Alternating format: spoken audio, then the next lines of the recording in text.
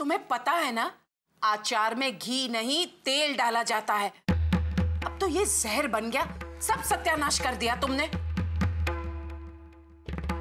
मैं मणि से कह देती हूँ कि बाहर फेंक दे। चुप!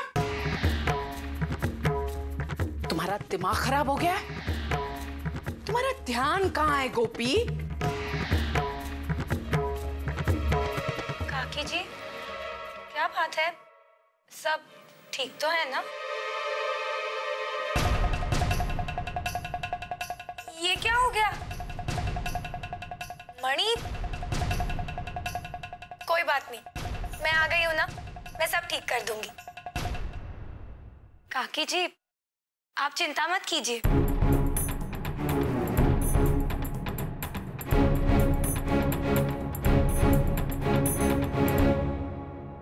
मणि, तुम जाओ, मैं संभाल लूंगी।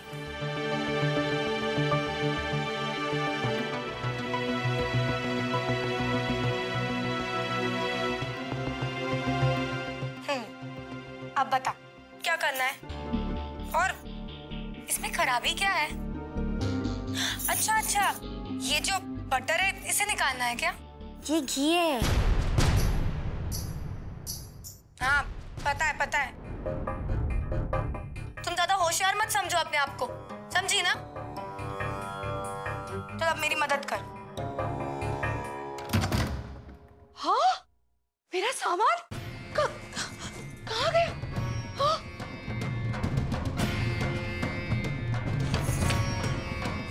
हाँ?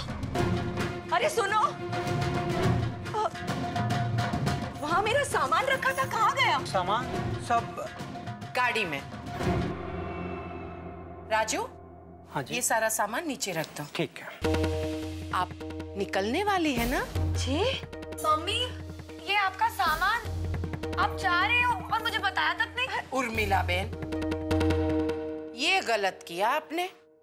आप जा रही हैं और आपने अपनी बेटी को नहीं बताया। राशि, तुम्हारी मम्मी हमारे घर पर मेहमान बनकर आई थी, अब वो अपने घर वापस जा रही है। वो क्या है ना, तुम्हारे पापा अकेले हैं ना, उनको भी तो इनकी जरूरत है। चले?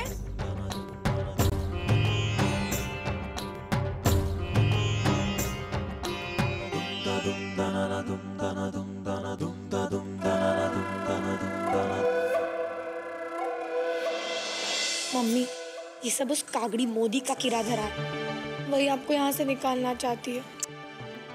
अरे दिकरा, आज नहीं तो कल तो मुझे जाना ही था। बस मने तो ये बातनी चिंता छे कि मेरे रचे हुए चक्रव्यूह क्या होगा। अब तू ध्यान से सुन, सब कुछ तुझे ही संभालना है, और मुझे फोन करती रहना।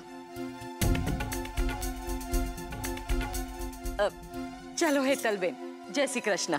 अरे तमे क्या चाल्या? अपने घर। अब देखिए ना मोटा भाभी, मैंने उर्मिला बेन को कितना समझाया कि जब वो इतना समय रुकी गई है तो थोड़ा और रुक जाए, पर ये कहने लगी, हे ठाकुर जी, मेरा भी घर है, गृहस्थी है, चूल्हा है, चौका है, राशि के पापा अकेले हैं, वो कैसे रह सकती है? अब जब उर्मिला बेन ने इतना सब कुछ कहा तो मोटा भाभी, मैं इन्हें जबरदस्ती तो नहीं रोक सकती, है ना उर्मिला बेन? जी। जेवी तुम्हारी मर्जी, अपनी बेटियों को मिलने के लिए आते रहिएगा। हाँ, राजू, तुम जाओ। राजू, ठीक है। उर्मिला बेन, हाँ? तोहफे आपके लिए, साड़ियाँ, मिठाइयाँ। अब क्या है ना कि आप बेटी के ससुराल आई रही तो फिर हमारा भी तो कुछ फर्ज बनता है ना? और वैसे भी बेटी के ससुराल में रोज रोज तो नहीं आना होता है ना? अरे कोकिला बेन, मैं ये कैसे ले सकती हूँ? आखिर बेटी का ससुराल है। जानती हूँ आप पुरानी परंपराओं में मानने वाली हैं, अब जब आप बेटी के ससुराल आ ही गई, इतना रुकी, खाया पिया, तो फिर समझ लीजिए कि ये विदाई का शगुन है।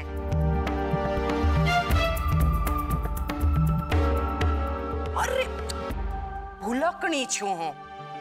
वो क्या है ना, मैंने सोचा कि आप अपने घर जाएगी, सीधे रसोड़े में घुसेगी, भोजन बनाएगी, इसीलिए तो मैंने ना आपका और जीतू भाई का खाना गाड़ी में रखवा दिया है।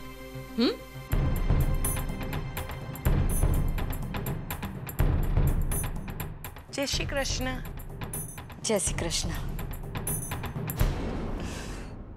जय श्री कृष्ण। जय श्री कृष्ण। जय श्री कृष्ण। आओ जय दिकरी, ध्यान रखना। आवता रहे। हाँ।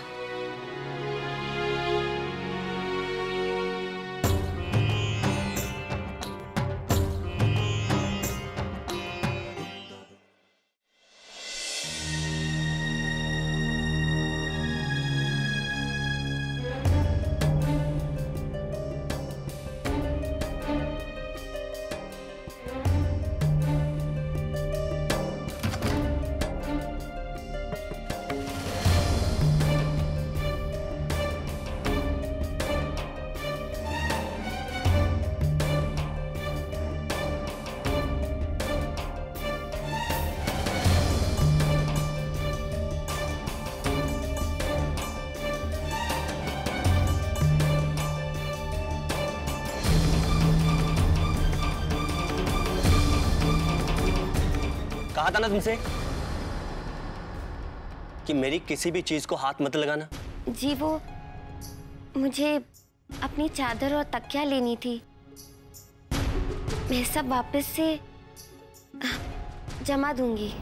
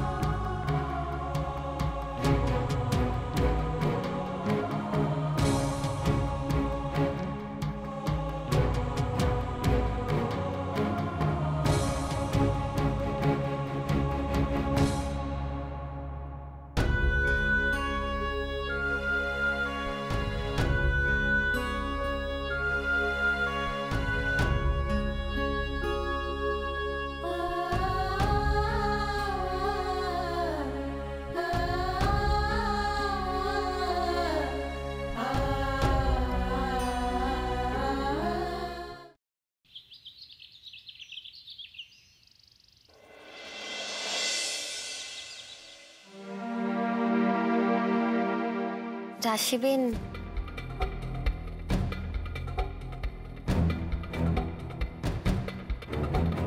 वो पता नहीं मामी ने मुझे जो रास्ता दिखाया है, मैं उस पे चल भी पाऊंगी या नहीं। अरे वाह, मम्मी की पीठ मुड़ी नहीं और तू ढुलमुल ढुलमुल होने लगी। तुझे पता है, जाते जाते मम्मी तेरी जिम्मेदारी मुझ पे डाल के गई है। वो कह रही थी कि तुझे हौसला देते रहना, तुझसे कहना कि घबराने की कोई जरूरत नहीं, सब ठीक हो जाएगा। तो मैं रसोड़ी में जाती हूँ और वो इनके लिए नाश्ता भी तो बनाना है, और अगर देरी हो गई तो ये नाराज। अरे क्या ये वो लगा रखा है, और नाराज होते तो होने दो, या फिर ये कहना बंद कर दे कि मैं इस घर को छोड़ के जाना चाहती हूँ। ये सब क्या है? रुक,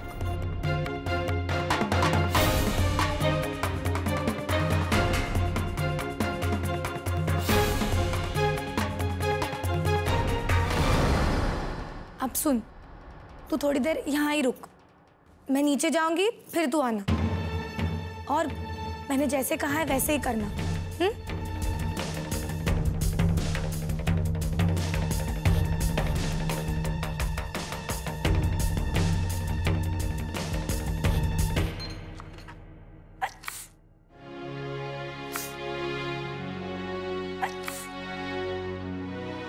राशि दिकरा, तुमने भाप ली? हल्दी वाला दूध पिया। ये सब छोड़िए ना मम्मी जी, अब मुझे बताइए क्या क्या करना है। मैं ये टमाटर काट दूं?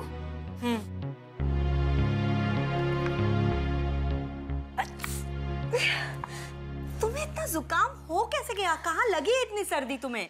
लो मोटा भाभी, अपनी माँ से ही तो इसे सर्दी लग गई है। राशि, तुम्हें अपनी माँ से दूर रहना चाहिए था। कोकिला तू पण छे ने। मम्मी जी, गोपी कहीं नजर नहीं आ रही। उलझी होगी किसी काम में। हाँ।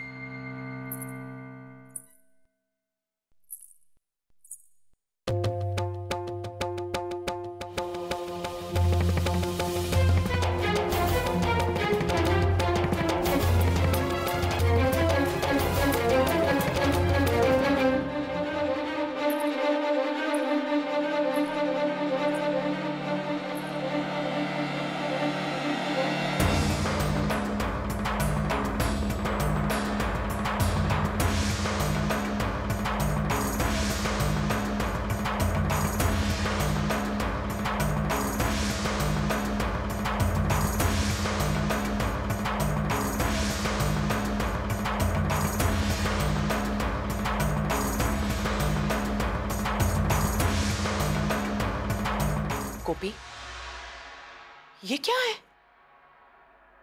तुम्हारी मांग में सिंदूर नहीं है, माथे पर बिंदी नहीं है, क्या है ये सब?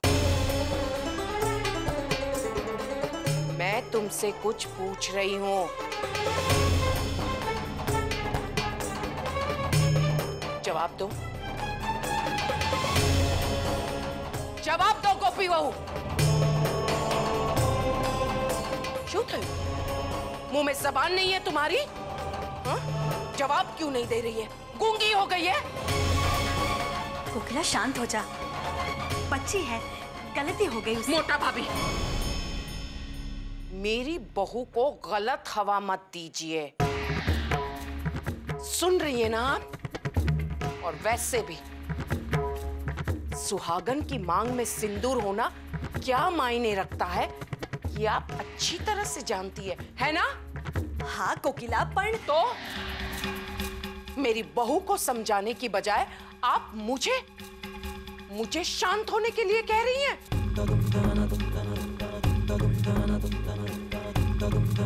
और तुम गोपी बहू, अभी के अभी तुम अपने कमरे में जाओगी, माथे पे सिंदूर लगाओगी, बिंदी लगाओगी और उल्टे पांव मेरे सामने आकर खड़ी हो जाओगी और मुझे ये चीज दिखाओगी तुम।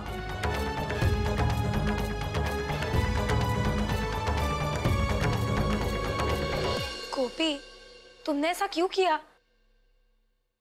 तुम्हें याद रखना चाहिए था ना, ये सब हमारे रीति रिवाज, संस्कार। बस!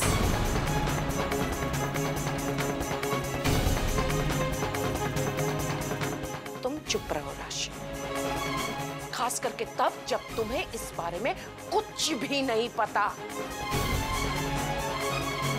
और गोपी बहू, तो आज जो हुआ सो हुआ, आइंदा ऐसा कभी नहीं होना चाहिए। अगर आइंदा मैंने कभी भी तुम्हारी मांग सुनी देखी ना, तो मुझसे बुरा कोई नहीं होगा, समझी गई? तो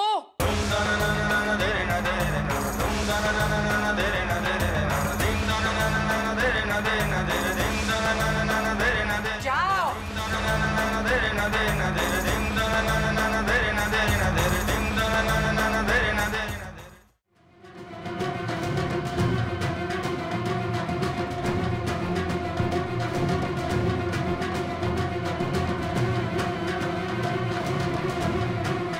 अरे ये गोपी बहू इतनी जल्दी में कहाँ भागी जा रही है?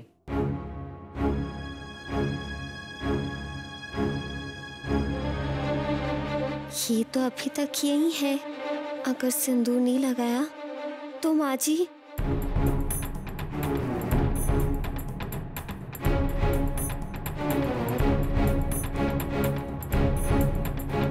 ठीक है महाजन जी, बाकी बातें ऑफिस में मिलके करते हैं।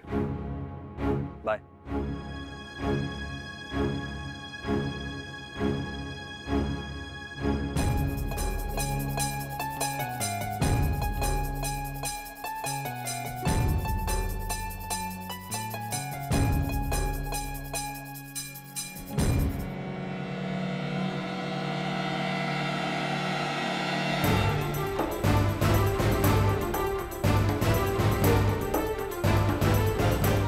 तुम यहाँ क्या कर रही हो? वो मैं सिंदूर। मैं तुम्हें पहले भी समझा चुका हूँ कि मैं तुम्हारी सूरत नहीं देखना चाहता, और वो भी सुबह सुबह काम पर जाने से पहले। और तुम हो कि किसी ना किसी बहाने से यहाँ मंडराती रहती हो। मैं तो चुप।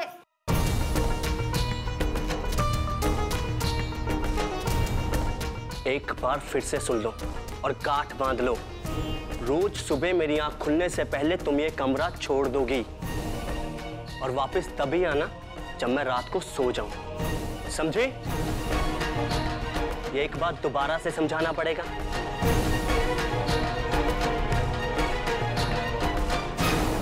अभी के अभी तुम अपने कमरे में जाओगी, माथे पे सिंदूर लगाओगी, बिंदी लगाओगी और उल्टे पांव मेरे सामने आकर खड़ी हो जाओगी और मुझे ये चीज दिखाओगी तुम। अब खड़ी खड़ी क्या सोच रही हो?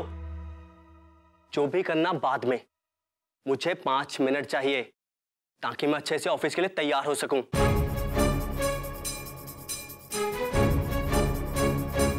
जाओ यहां से, निकलो।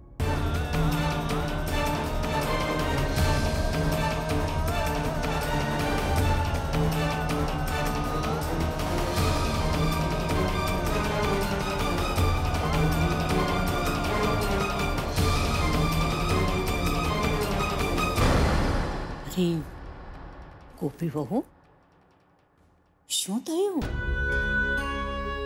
इतनी परेशान क्यों लग रही है? अपनी बात से छिपाएगी? बोल ना, क्या हुआ? वो बा। हाँ हाँ, मांग में सिंदूर भरना है तो जाना, अंदर कमरे में जा और लगा दे।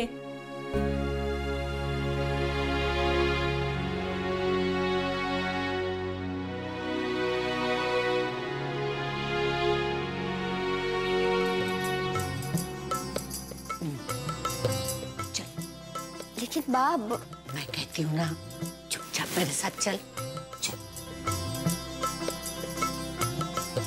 चला। हाँ बेटा, हाँ, ये संदूक खोल दे।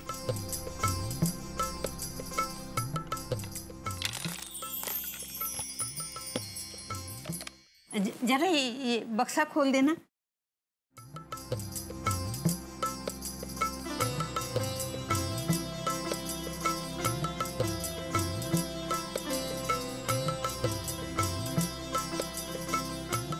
मैंने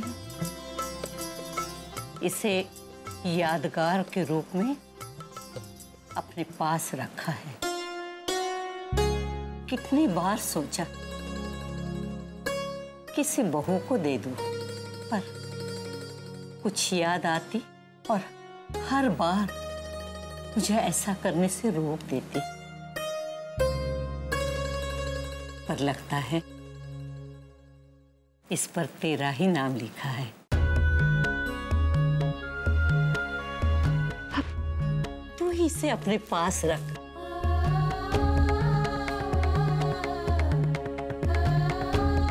चल, मांग भर ले।